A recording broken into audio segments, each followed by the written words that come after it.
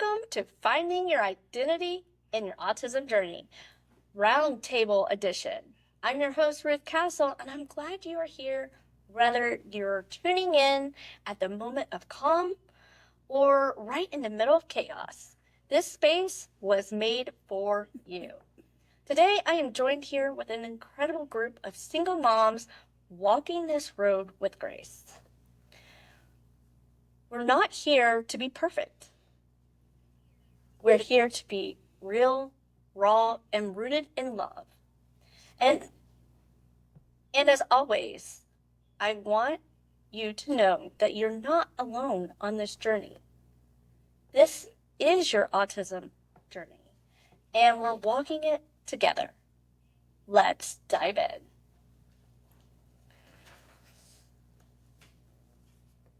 Ladies, I want to say thank you so much for being here today. Thank you for joining and opening up to the listeners today, because I feel like, I want to give this platform people to be able to relate to. I listen to a lot of podcasts myself, and I haven't found one that's quite like this, where you get to hear different voices, different points of view. And I think it's totally needed, because it can feel isolating and alone on our journeys. And being a single mother is hard enough without adding special needs into the mix. Mm-hmm. But when you add special needs into the mix, I think it's a whole lot more dynamic. And I think it's going to relate a lot to our listeners. So thank you again for being here. Absolutely. Thanks for having. Thank you for having us. Yes. So let's dive right into it, ladies. You're doing it alone. What was the, biggest challenge as a single mom raising your child with autism? I think I'll say that I think the biggest challenge is just the sheer amount of work that there is. So, for example, my son has a twin and she's neurotypical. I can tell her, hey, go brush your teeth or go take a shower, and she doesn't need my assistance.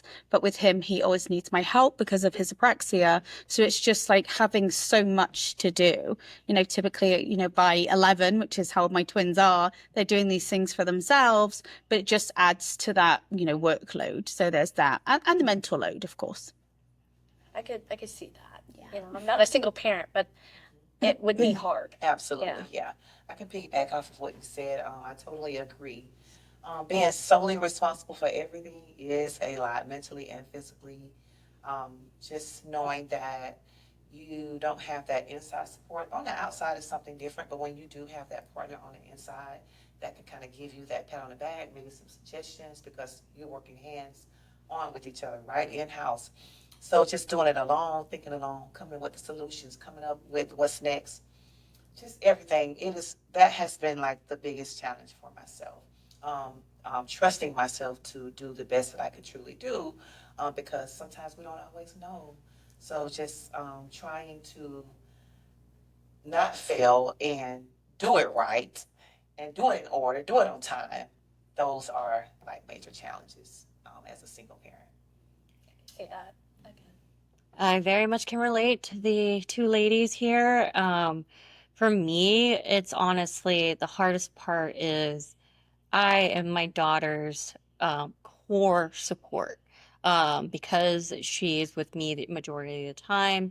But it's also where I'm the one who primarily understands her. I'm pretty much the only one who is involved in her therapies, who is the go-to for school, and it's a lot. And then it's a lot because family hasn't always been very understanding about her autism because she is high functioning. As you guys possibly have experienced, people see this diagnosis as basically like the sentence of death.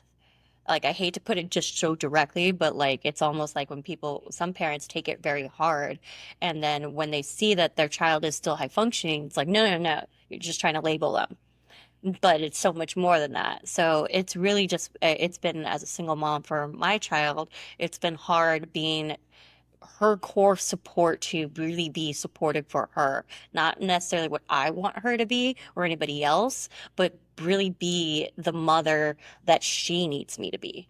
And that's often what a lot of our special needs kiddos need from us. And it's hard. It's hard doing it, being the only person. Yeah. Yeah, I definitely think, it's hard being a mom. You know, sometimes I have a spouse, so I don't have, insight, but I do a lot of stuff alone with my son, just because my husband is gone a lot. And so sometimes feels like I'm on my own Absolutely. a lot. Um, but he supports us in other ways because of that. So it gives me a little bit more free range to do some different things that I would not be able to do without his support. Yes. But sometimes those behaviors, they can get you, And I know that you said about apraxia, and my son also has apraxia. So going through that and learning that new avenue sometimes can be a lot. Mm-hmm. And when you add it into everything else that you're doing, it's already a lot. And I think finding, your right space, the people that you connect with, the, tribe, Absolutely. That perfect village. Yes. Yeah. Yeah. Well, then also piggybacking from what you were saying originally, with I've keyed it in my head like the repetitive nature of our routine.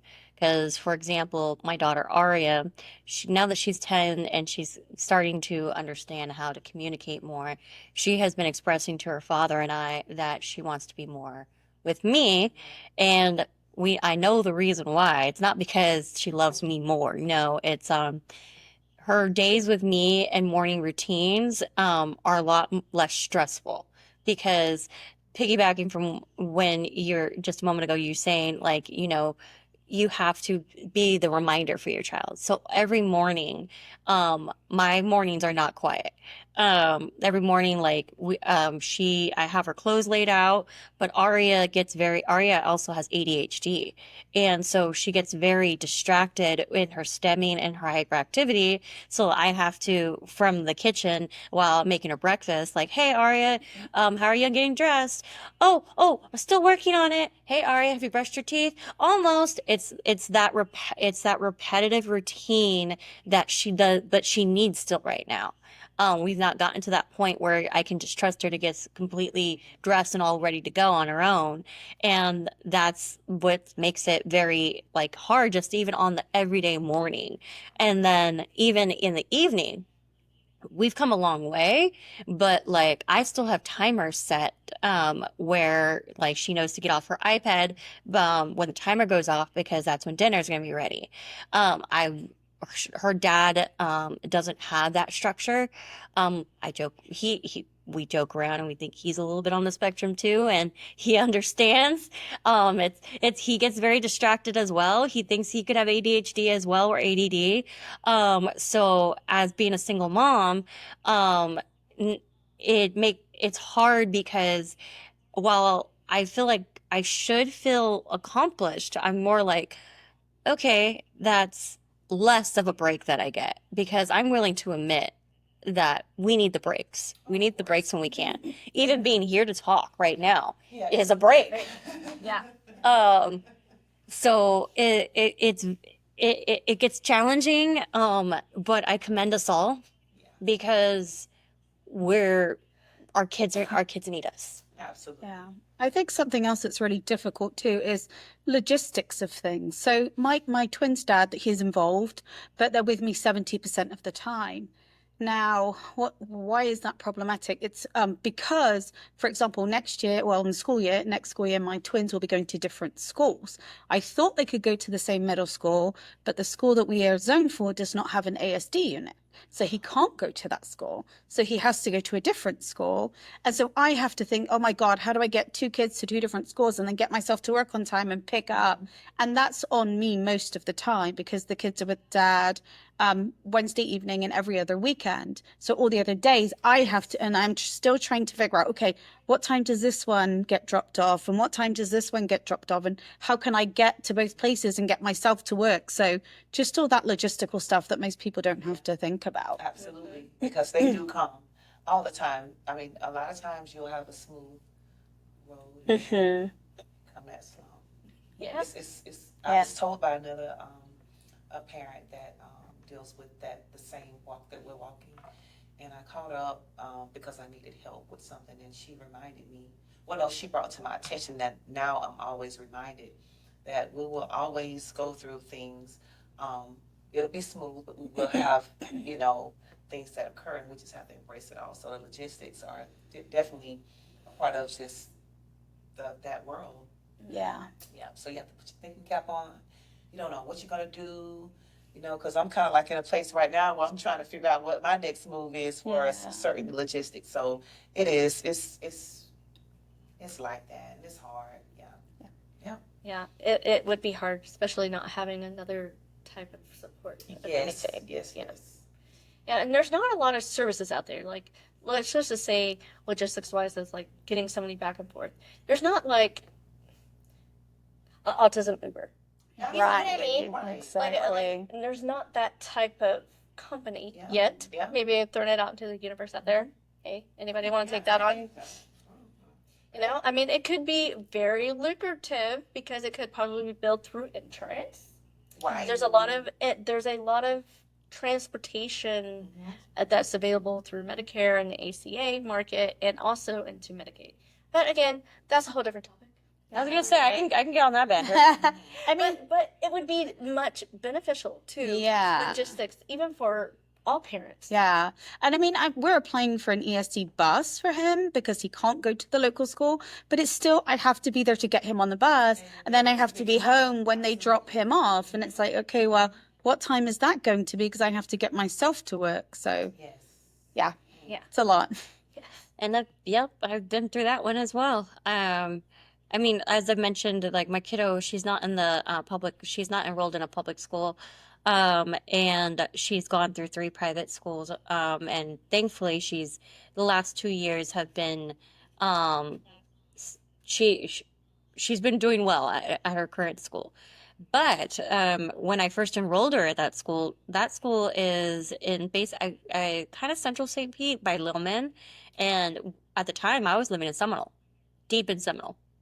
So you guys know that traffic difference. And the traffic out here is intense because of the school buses. Absolutely. Yeah. So I was also, I've had to gear towards having, I mean, it's become a blessing from where I'm at today, but like I had to gear towards having a job that was understanding with my child and understanding with my circumstance, and also even taking pay cuts, and which is hard. Absolutely. Which is hard. It's turned into a blessing where I'm at today because I work within the field, and I basically kind of have a flexible schedule and I'm available for my daughter. But that's the hard part that I've even come to a reality, and I've had even a discussion with my daughter's father, is I'm like, it's very stressful for me because, for example, I'm a 1099. And I'm a 1099 because that gives, technically, I'm not an employee. I work full time and I'm paid full time, but I'm not an employee to my company. So that gives me the flexibility to not basically have a coordinated time. Now I'm very fortunate where my boss and I, like, these are the hours that I primarily work. But for example, like I was telling you ladies, my daughter had a huge meltdown and nobody can calm her down at school the other day.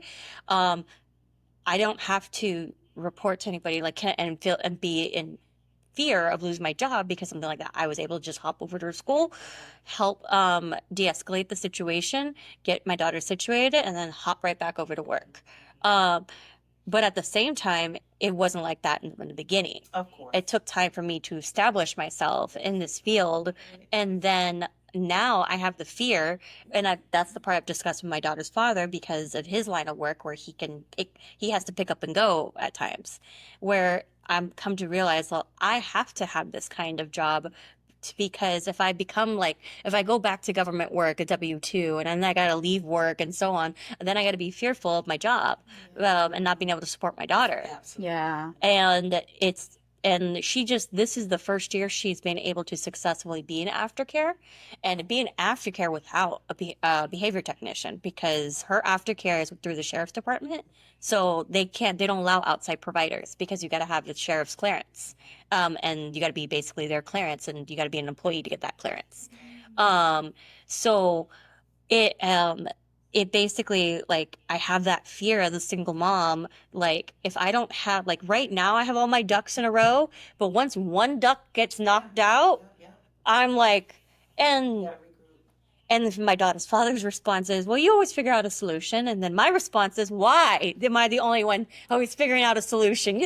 You guys you ladies can Yeah, understand. it shouldn't be just on you. Yes. And I think that's true of most women. It's always sort of like, well, you figure out, you organize your work day around it. Or for example, like, I feel like I can't just take any job.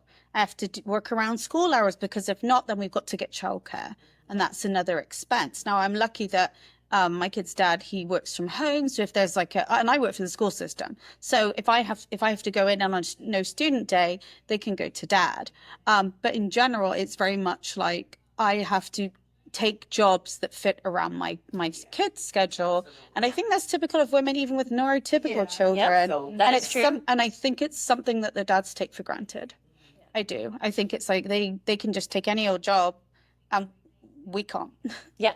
Well, I mean, it kind of goes back into, so I will say I do speak about my daughter's father a lot, and we are very strong today co-parents for our daughter. We've gone through a lot of history with each other, and basically going through everything we've gone through, like, it's helped us be able to reestablish our co-parenting friendship slash we do consider each other family now.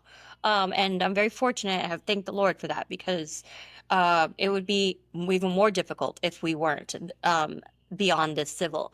However, one thing he brought up to me, and I thought it was very fascinating, him bringing this up, was, you know, back in the olden days, women were the ones who took care of the children.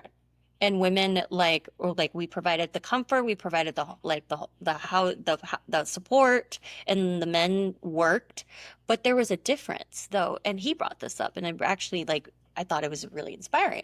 There was a difference between back then, though, because back then women weren't expected, and not that I'm not saying, by the way, I have to put a context here, not that I'm saying it should be this way, but it's just how the difference. Back then, women that weren't expected to, help with or take care of the finances, have to work part-time, full-time, and so on. And that's how our world has evolved, because as which I won't get into, politics have changed, and this world has changed, and our society has changed, and then also with inflation and the cost of living, now women and mothers particularly, that I'm speaking about, have to work, have to be the support system for our children, and have to be the ones to provide solutions, and also when problems come, be able to delegate these problems if they and it wasn't so much back in the day. Yeah, it's a huge mental load. Yes. Yeah. Like, you're thinking about everything for everyone all of the time. Yeah. I mean, I'm not single, but I can definitely relate to that, because I'm also a 1099. I do, I work in financial services. So since I work in the financial services, I do take care of my clients when I can, and the nooks and crannies of my time. And I build everything out around my son's schedule. Yeah. Everything. And I mean, it's nice that I can work from home, but it also can be very stressful, because then when I take Zoom calls, I got to also make sure that, he's not home, because some of the financial, even though he's nonverbal, there's laws that he cannot be in the room. I cannot have another person that's not licensed in the room in my office. So it makes it hard for me to be able to, do this job sometimes and be there. Sometimes I have to reschedule with clients, and they can't reschedule too many times. That's true. Unless they're in my, I can disclose him being in there, and I try to just stay within our community, because I know, I'm like, you know what? I'm just going to focus in our community, because they will understand. They will understand he isn't going to be able to go into my personal information Absolutely. Mm-hmm. Right. because you guys know Yes. that's not going to happen. Yeah. So I think that leads us into another point, which is really good. Finding that support. Where have you found the most help? Whether it family, community, other services, and what would you tell other single moms? Yeah. That's major. So believe it or not, for me, I have, and if sorry, family, for my relatives that are like that, if they ever hear this or see this. But I will say, in my experience, community has been the strongest support. Because even when we were still in California, our family wasn't very understanding and accepting of Aria having autism. Because she's gifted. At 2 years old, Aria was identifying. She wouldn't say the words, but she could point out her ABCs. 2 years old, 2.5, she was already starting to read. You could, if you knew how to understand her sounds that she would make, 2.5 to 3 years old, she was already reading like little toddler books out. I have videos of it. So it was very problematic for me and Aria's father because particularly my parents, they were like, no, she doesn't have, like, when we got the diagnosis, like, there's nothing wrong with her. Like, she is so smart. Like, you're just trying to label her. And that was a really big challenge, because that was in 2016, and a lot more studies have come out. Unfortunately, a lot more children are testing positive for developmental disabilities, and there's basically more education being provided to the communities where within the states, within the counties. But I mean, as we all know, it's hard already having a child because sometimes family doesn't support how you parent. And then, so if you do have that dynamic with your family, then it becomes more challenging when you have a special needs child and they don't support your parenting and they don't support the way of life you're choosing for your child with special needs. And that's been a really big struggle for me with my daughter. And I have actually had the community, particularly out here in Pinellas County. Even meeting you, Ruth. Like when I met Ruth at We Rock the Spectrum, I think in 2021. Yep. Yep. I think so. It was either 21 or 22 early, but first having a gym, even though it's a little gym, having a gym to be able to take your child to where your child's not going to be judged because they would have what's considered abnormal behaviors. Because I'm sure you ladies experience this. I can't tell you guys countless.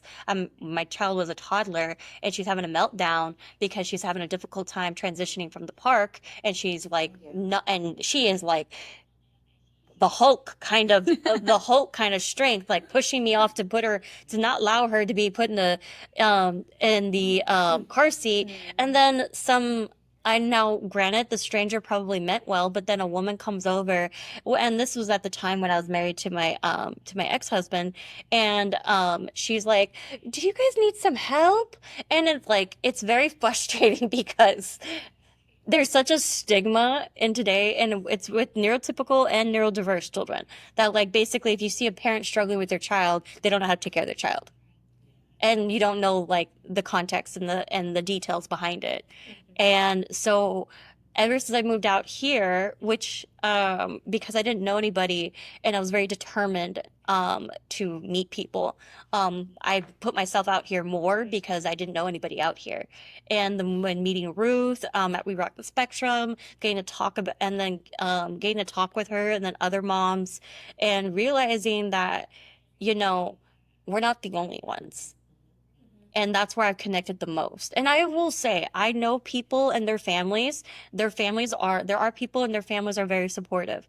I have a friend where she has the exact opposite situation of me. She's a single mom, but her family is very supportive. And I tell her, I'm like, I am so happy you have that, because that's something that I don't. And now Aria does have a support system out here that I've created. But again, it's majority of it is through the community. And because I've had such an experience of developing support through the community. I don't want to go anywhere. I don't know if you guys ever get that feeling. Like once all those ducks are in a You row. would have to rebuild. You'll have Yep. to find a new community. Yep. Especially if you're like, let's say you move to a different state, you don't have any family in that state either. You're gonna have to rebuild it. Anyways, Anyway. so it goes back to, and I can speak for myself, and I'm sure you guys feel the same way. My biggest support has definitely come from the community. I have so much love for Tiffany Towers with the Tequila Two Towers, Lavinia Mitchell, Isaiah's Village, Ruth. We work the Spectrum, Shannon, I think her last name is Dunford, work all for all. Just meeting other parents in these settings that can give you so much information, open so much more doors for you. Yes. And if I had to give any advice to anyone that's walking the walk that we're walking, reach out to the community, build a village with people that are walking the similar walks that we are, because that's going to be where your most help is going to come from. Of course, family is all good, family is family, but people that share the same experiences and fight the same fights and walk the same walks, it's just, they can relate better from my experience, and it has helped us so much. So it's great. That's been my biggest support, is the community. Gosh, this has been difficult for me because none of my family even lives in this country. My ex-husband, none of his family live in this country either. And we've moved around a lot. I mean, we've been here solidly now for about 7 years. But before that, the twins were born in England. Then we came to Austin for a few years. Then we came here. So it's hard to build community when you're moving around a lot as an adult. So, it's tricky as well because in my line of work, I'm a school social worker and a therapist. So I'm talking to people all day long. So by the time my kids have gone to bed, I'm burnt out with talking to people. So even my friends, I don't talk to them. I might text them, but talking on the phone, I'm just like, oh my gosh, like I'm burnt out and drained. So it's a little harder for me to socialize with people or build more of a community. I do have one amazing friend, like shout out to Sandra. She's there with my kids right now. And she's, pretty much my village here outside of, my ex-husband. She's pretty much my village. And the advice I would give is like, take the help. When people offer you the help, take the help, because sometimes it's nice for them. Like it feels good to be altruistic. I know we don't want to be a burden and we don't want to, take advantage of people, but if they're willing to help and they really want to, like, take the help.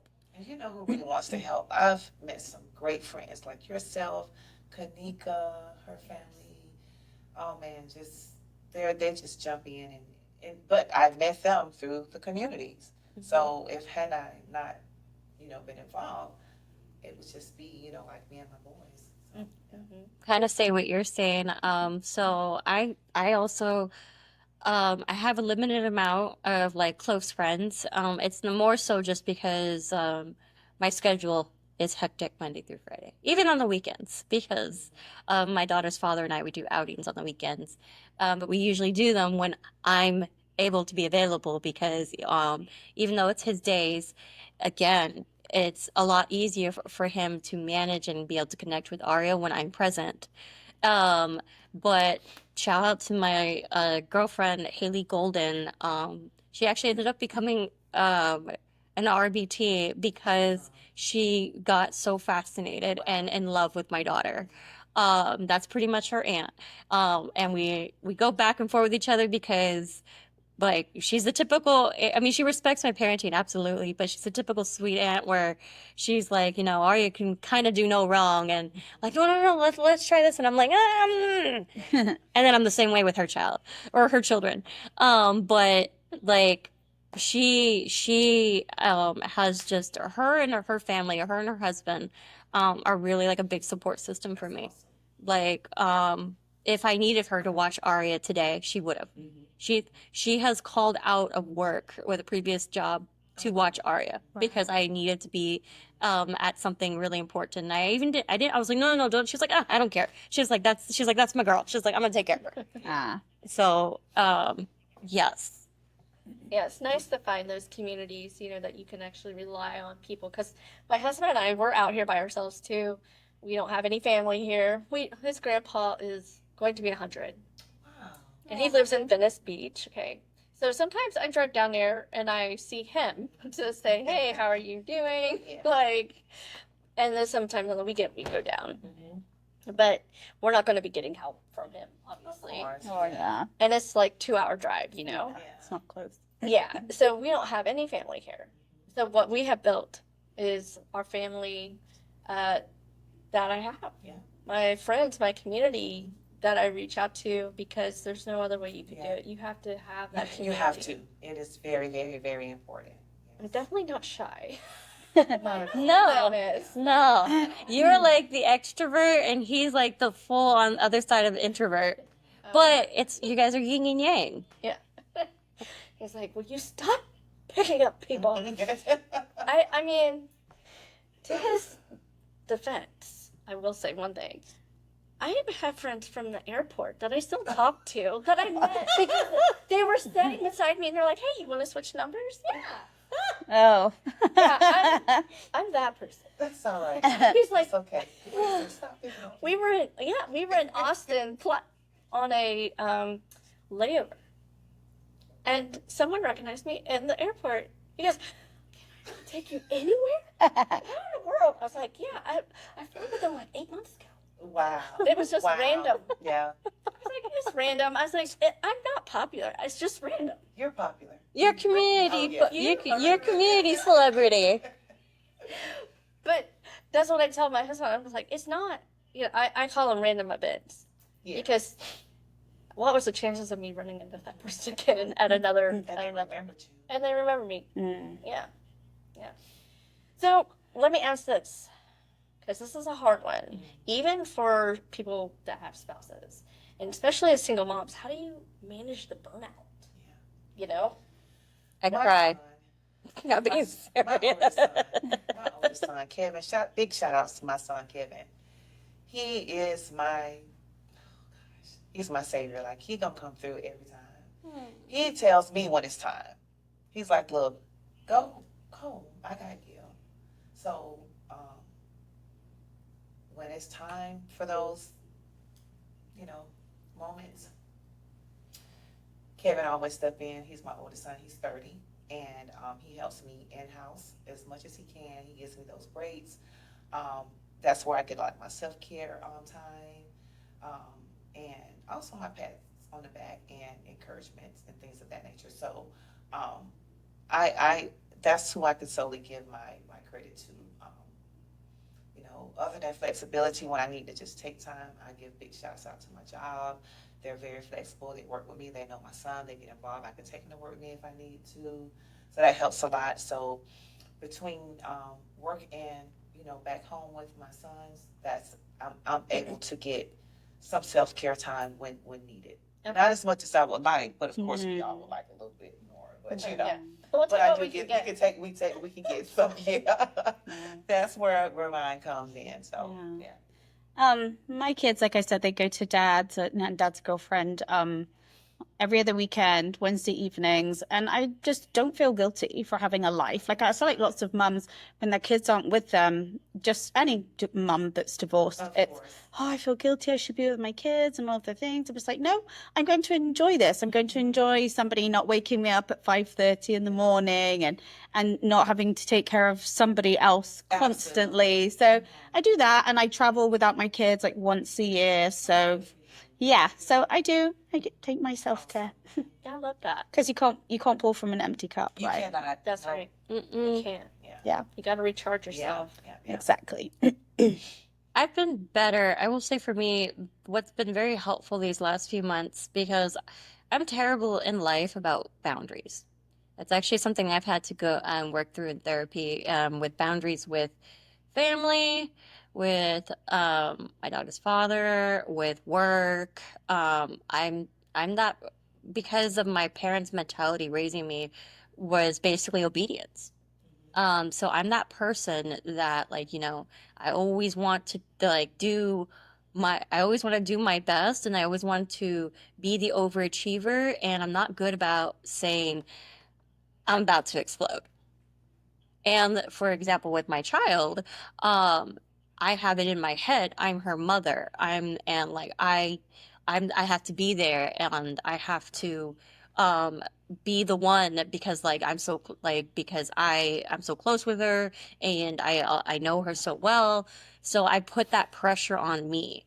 And what has basically been working for me these past few months is I've been placing boundaries. So for like I've not gotten to be able to like for I'm not crazy at a gym nut, but and it's okay if anybody is. I wish I had the time to be, but I've on my daughter's father's days, or at least we'll exchange days now because I'm like, hey, my goal is I like to go to the gym in these exercise classes 3 times a week if possible, and technically off of our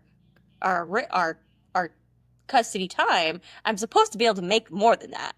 But because I have my daughter majority of the time, I at least hold him to like, hey, all right, I get it that you had something come up this day, but then this day, like, can you take her so I can make it to the gym in the morning, so I can make it to the gym after work? And then additionally, I will say I'm not. Um, I'll admit some days if I'm very overwhelmed, which happens every so often, I have cry. I have a cry. And I do have I have friends, Ruth, Haley, and or even because I miss home a lot. My family and my like friends growing up are all back home. I'm sure as you can experience. Mm-hmm. So I'll text my tribe and be like, I need somebody, and I will cry it out. And I've actually felt better doing that because not saying that everybody should do that, but because again, it gets to be an overload. Oh yeah. Um, and yeah, I will even say props to my daughter's father. Even sometimes he will give me, an hour of his time to just vent. And even if I'm venting at him about him, he's been better. So like my biggest thing is placing boundaries in my life so I have balance for myself so I could be a better mom and I could be a better person and I could be healthier. And then also I just sometimes cry it out. Not saying that like that's a bad thing. Yeah, of No. course not. Whatever works best for you and your family. Yeah, I definitely think, crying it out. Sometimes I do that. I have like ugly cry. I'm like, like where your face is like all messed up. Yeah. I value a good cry. Yeah. I definitely can relate too about family. My family all lives in Ohio, and all my friends I grew up in Ohio, and sometimes it's hard. Yeah. You don't have your family close or your friends that you grew up with, and they know you because they grew up with you. So even if you're not like close to them, they still kind of like feel what's going on with you, and then like you get a text and you're like, yeah, I'm having a bad day. Yep. It's because you're connected. Yeah, still, that's so true. So I do get that, and I'll text my friends and family and like say, hey, how you doing? Yeah, Just checking in. yeah, just because it's hard out here. Yeah. Oh, I think that's why the community though is I think the big key, building Yeah. your community Yeah, I feel that.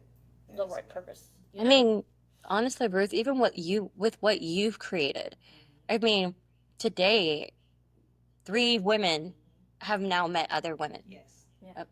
Like this is even something. And so like even with the community that you've put together within the community, um, it's a great support system. Like I mean, I didn't have again all the ducks in a row. Honestly, until within this last year. Actually, no, more within these last few months because my job even changed. But like because here in Florida, it's such a struggle to be able to get support for our special needs kiddos. Mm-hmm.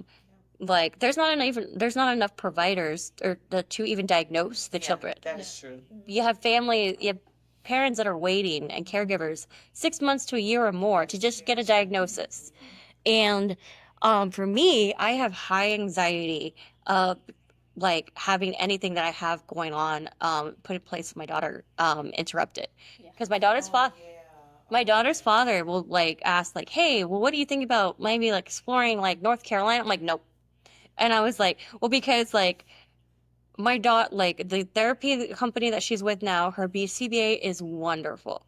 And I have signed off, like, unless, like, I need, like, for example, the other day instance where I needed to be there to calm her down, but unless, like, I actually need to come and, like, assist with her, her teacher now, the school, and I've signed off, the teacher in her school communicate with her BCBA. Her BCBA pops over in 15 minutes to help assist the RBT.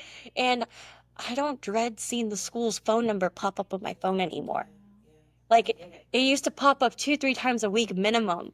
And, your heart just drops. Especially when you see it. Yeah. So true. And that, so like the fact that like I have that kind of support system now with her therapy company, I'm like, like Yeah. it's almost like some people could maybe consider that maybe an unhealthy relationship and being dependent off of a provider. I get it. But I get it. I'm like, But when they're good providers, you don't want to lose them. yeah. Lose that. I know. Did we lose somebody's camera? Mine says reconnecting. Okay. All right. Oh, there she is. Here it doesn't show. It showed like you're on camera, but you are. Oh, I know. On hers, it does. Oh, Yeah. So I've been watching it. I don't know For some why. reason, but it's still recording. Cool. Okay. But yeah, like and that's also like another community support because, for example, and that's what like with my company, what we strive for is we strive just to to be a support system for our clients, our kids, families, and caregivers. We're not just a provider that you're one of our clients. We provide therapy and we bill. Because that's a big stigma that comes off also in providers, especially with children with special needs, is you almost feel like you're another number. Yeah. And that's another reason why I've gravitated towards being out here, because I'm like, I'm in a field and I'm with a company that these children are not numbers to us. Right. And because I have a child who is diagnosed with diagnoses like our clients, I can relate. And that's what I've really gravitated towards is this community out here, is because, as we mentioned before, not all parents know what avenues to take and steps to take to find the support and system. I've had families cry on the phone to me, which honestly, every so often I tear up with them because they're like, their insurance company didn't tell them that they need a formal comprehensive diagnostic evaluation. And they're like, yeah, they said that I have ABA coverage. I'm like, but of course, families don't know the specific words to use with insurance companies. Yeah. And they're not going to divulge what you need to have for this coverage to be provided. And I've had families just be crying, and I'm like, okay, hold on a second. So, would you like to see if we could find a doctor to? Yes, but they all have wait lists. But because me and my boss, my CEO, we work to basically talk with neurologists or psychologist offices and like, what's your guys' weight? What's your system on a wait list? Or what insurances do you take? We have two that we call over, and more than often I'm able to get the family schedule an appointment. Because we've done that research. And then I'm like, okay, so right now we got you an appointment scheduled. They could call you if they get a cancellation. So just always keep your phone. Just save their phone number. And then from there, you're going to be on our wait list. Once you get the diagnostic evaluation report, then we can go on to the next step. I've had families be so emotional just to have that little amount of support. And it's a lot. It's a lot because, but at the same time, it's a little bit, and it's just so disheartening that not everybody's this supportive. Yeah. Like some companies are just like, oh, if you don't have a diagnostic evaluation, well, you got to go find a doctor, go get one. Yeah. And that's how a lot of them are. I was gonna say that's the norm. I feel like I've experienced that to be the norm. But that's what my feeling is, like what this community out here has done, at least for me, is I'm like, I have the skills to be able to provide this knowledge and support to families. And because I know what it's like of even there's been times where I don't even have the answer, but because I have friends, because I have friends like Ruth, connections, and people to call, I can get those answers provided to me. But majority of parents and caregivers can't. So that's why, like, again, like the community, just like the community support is so important. Yeah. And, that's one of the things that I focus in, within my community. I want to make sure that it's informing. I want to make sure that I'm sending out good information for you guys. And I want anybody that has any information to share it within our community. And I think that's, renaming it to Your Autism Journey, I think has been more beneficial for people to be able to look it up, first of all, because I felt like before the group name was kind of hard to find. And just having that knowledge out there too.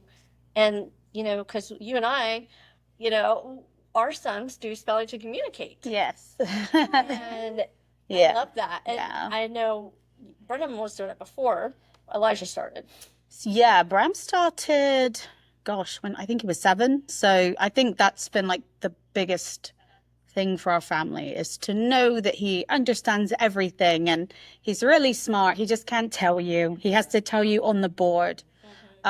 So yeah, I love spelling to communicate. I wish more parents, I know it's difficult because it's a privilege to be able to afford it. I mean, luckily Bram's dad takes care of that. But You do know that there's special grants. Yeah. I'll send you have to tell me more about There's a that. special grant. I just applied for Elijah. You have to be over 7. Okay. And there's another one that you have to be over 10. Okay, so I will look at those, but Yeah. I wish everybody had access to that, everyone with a nonverbal child, because it's been so life-changing for us. Yeah, not Yeah. only about the communication piece, but for my son, regulation. How about Yes, absolutely. It helps to regulate and it lets them have a voice. yes? Yeah. Let them know that they're That's can't be right. heard. Absolutely. Yeah. Yes. Yeah. Yeah. So, if there was anything that you would like to leave our listeners, one message that you wish that someone would have gave you, what would it be? Patience. Patience. Patience is the biggest thing that I have found that when I say patience, like patience with your child, because patience with children in general is important, but with a neurodiverse child, like, because when people see Aria, they're surprised that she has autism. They usually, they're like, oh yeah, ADHD, that makes sense, but they're surprised that she has autism. But if they knew where she started at 18 months to where she is today, and people get surprised when I tell them, like, there was times where Aria would be crying from meltdown all morning, all night, all morning. I'd have less than an hour of sleep. Sometimes when she was a toddler, um, I couldn't calm her down without getting her into the shower with my clothes on.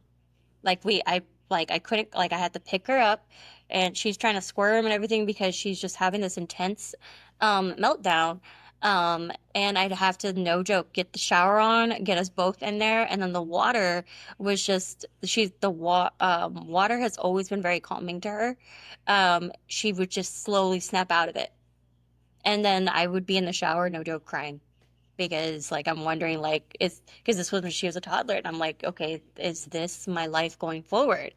And then there's other challenges. So the biggest thing I've learned is patience, and faith, having faith in your child, because a lot it's there are parents out there, they look to providers because they want you to cure their kid. They want you to fix their kid. Yeah. I've heard those 2 words. When are they going to be fixed? I've heard parents say that Yeah. to people while I'm waiting in the waiting room. Sometimes I'm like, they're not going to be fixed. They're going to always have it. Mhm. It will evolve and it will grow. Just like we're not the same when we were 2. Mhm. We're not the same when we were 10 or 15 or 20 or 25. We're not the same. We all grow and evolve. But with having that, oh, sorry. Oh, God. Oh, sorry. No. Finish up. But with having that patience and faith, that also means that, like, in ABA therapy, which is the field that I work in, the most success I've seen with children in their progression and their development is the parents being actively involved. So the parents utilizing their parent training, utilizing basically what the skills that are being taught to their child, because this is a different way of looking at a medication. These skills that are being taught to the children, it's basically medication. It's just you're not ingesting it. But if you're not following these same skills that are being taught to the children and you just expect therapy to just fix them themselves, and I hate using that word, it's your child's not going to progress as much as they can. Um, as we all notice, for majority of our children, routine is very, very important. And so that brings me back to patience and faith, because if you have faith and if you truly have faith in your child, then your child's going to like reciprocate, um, wanting to, not reciprocate, but your child's going to want to respond to that support that they're getting from you. And that's the biggest I've seen with Arya. Is like I've seen the difference in when she's had a teacher who's incredibly supportive and when she has a teacher who just wants her to be obedient. Like she's gone uphill when she has the right support. And then she trickles down or even stays in just one stuck area when that support system isn't there. So that's my biggest thing is having parents and caregivers like have patience with your children. Yeah. Because their behaviors can be intense. They're going like, and that's another struggle for, I mean, Ruth, you were just or not Justin, when Elijah was trying to come in right before, Justin was like, "Oh, he got you," and I was like, "Oh," and he's like, "Yeah, it's a little red on your neck," and he's like, "I'm sorry." I'm like, "Oh, it's fine." I was like, "It's nothing," but like Arya's had intense behaviors, and people look at our kids like they're just being disobedient. Yeah. For an example, to calm my daughter down, yes, I had to give her a sucker, not because I'm just trying to, mask her behavior with a sweet. No, because I need her to focus on the sucking because it helps soothe and calms down. Exactly. And a lot of people don't understand that. That's why I haven't broken my son from thumb sucking, because he uses it too much to regulate his nervous system. I'm like, if I break that, what is he going to substitute that with? So I'm like, okay, do I live with the thumb sucking for now? Yeah. Because, it ain't a thing but a thing, right? So I'm like, let him be him and let him walk that. But I think that faith and, patience are definitely key. I would say advice is for the child, early intervention. Just the minute you think something's going on, persist with that until you get some clarity. Also presuming competence, especially if your child is nonverbal, presuming that they understand everything, because they do, they just can't respond to it. For yourself, self-compassion. Like, we're not perfect. Nobody's parenting perfectly. When we get it wrong, which sometimes we might, just having that self-compassion, when we feel like we're not doing enough, when we feel guilty, because, for example, we can't afford to put them in every single therapy you want them to be in, just having that self-compassion. Yeah. And I agree with everything that was said. And if I had to say anything, it would be to embrace it all. We all know that it's hard. We all know what we're dealing with for the most part. We know what we can do and what we can't do. We know it feels good sometimes and sometimes it doesn't. So just take it all and embrace it. It'll be fine. Yeah, I love that. It's such a hard journey for ourselves. This is why I named the podcast Finding Your Identity In, not on. Because we're in this. Absolutely. We're in this. It affects the mother. It affects the father. If you have siblings, it affects the siblings. It affects everybody involved. Yeah. And perspectives are going to look different. And I think by having these roundtable events will help us maybe even hear some of those different perspectives from different individuals. Because I think it's so needed. Because voices are being lost within our community and maybe sometimes they don't feel safe to have their voice to be heard. That's what I think. Yeah. And I went through a grieving period. Of course. Because I had an image. You have expectations of what they'll be. Like, I thought, oh, he's going to play basketball and he's going to do this. And he does none of the above. Yep. And then, because you have twins, and I know they're not identical, but, doing the whole matching thing. And, you know, some of those things are Yeah. going out the window, Yeah. you know? Yeah. So and then, like you said, it's okay to be where you're at. Yeah. It's okay. Be in the moment. Be in the present moment. Be with them. Be with yourself. Yeah. You live with yourself. You better be with yourself, right? Be with yourself. Yeah. So, guys, again, I just want to say thank you so much for coming on to the show today. Thank you so much. Regina, thank you. Thank you. Thank you, Stina, for coming on the show today. Yeah. Thank you. You're welcome. And thank you, Elizabeth, for coming on the show today. Thank you. Thank you for having me. Wow, that was a powerful roundtable. These voices, these stories, there are reminders that all are on a path of, you know, becoming their own. As you take in what we shared today, I want to leave you with this. The Heavenly Father sees you and your child. He sees you. He sees your journey. He sees the twists and the turns. And there's a purpose. There's a purpose to everything that comes in your life.